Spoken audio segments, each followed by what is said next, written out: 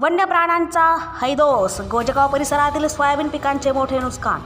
औंढा नागनाथ तालुक्यातील गोजेगाव येथील आडवामाळ शिवारात वन्य प्राण्यांच्या वाढत्या उपद्रवामुळे शेतकरी हैराण झाले आहेत.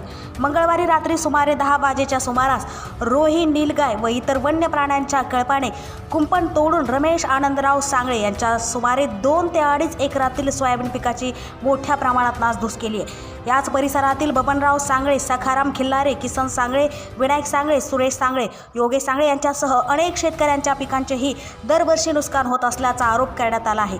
गेल्या 3 ते 4 वर्षापासून हरिण, रोही व रानडुकरांच्या वाढत्या वावरामुळे खरीपातील कोळी पिके उद्ध्वस्त होत असल्याने शेतकऱ्यांचे मोठे आर्थिक नुकसान होत आहे.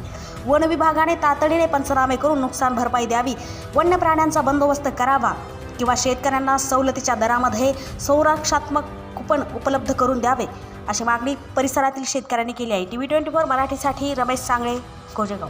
गोजेगावातील अल्पभूधारक शेतकरी रमेश आनंदराव सांगळे, राहणार गोजेगाव, गट क्रमांक 322, माळरानाजवळील वन विभागाच्या अवतालभोवताल माझी शेती असून माझ्या शेतातील पेरलेली सोयाबीन 1 ते 1.5 एकरावरील सोयाबीन काल रात्री रोही, हरिण, डुकर याने पूर्ण उद्ध्वस्त केले आहे.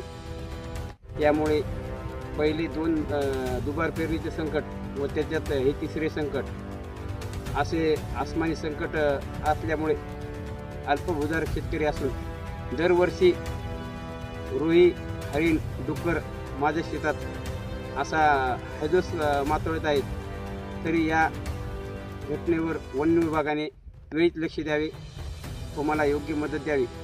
तसेच वन विभाग आमच्याजवळ असल्यामुळे वन विभागाच्या वतीने शेतकऱ्यांना कुंपण व्यवस्था करून द्यावी किंवा वन्य प्राण्याचा बंदोबस्त करावा हीच मागणी आहे.